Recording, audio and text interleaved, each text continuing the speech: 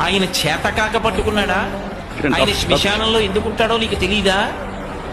ఆయన శ్మశానంలో ఎందుకుంటాడు అంటే చచ్చిపోయేటంత వరకు అక్కర్లేని చోట్ల అన్నింటిలోనూ తిరిగి ఎన్నడూ శ్మశానానికి వెళ్ళని వాడు చచ్చిపోయిన తర్వాత కాళ్ళు చేతులు కట్టి కొత్త కర్రల మీద పట్టుకెళ్లి తీసుకెళ్లి దహించేస్తే వాడిలో ఉన్న జీవుడే పైకి లేచి ఒక్కడు నిలబడి ఏడుస్తుంటే ప్రదోష వేళ అయిపోయిన తర్వాత కొడుకు కూడా పక్కన లేకుండా అందరూ ఇంటికి వెళ్ళిపోతే అయ్యో నాది నాదనుకున్న ఈ శరీరం కూడా కాలిపోయిందని ఏడుస్తుంటే చచ్చిపోయిన వాడు ఇంకొక మాట చచ్చిపోకుండా ఉండడానికి ఓదార్చడానికి నాన్నవాడు ఒక్కడక్కడ ఉండడని నేనున్నాను పార్వతి అని చెప్పాడు మహాభారతం అనుశాసనిక పర్వంలో.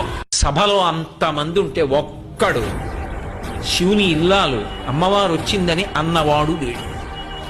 ఆవిడ లోపలికి వెళ్ళలేదు. వెళ్లకుండా తిన్నగా యజ్ఞశాల దగ్గరికి వెళ్ళి దక్ష ప్రజాపతి దగ్గర నించుని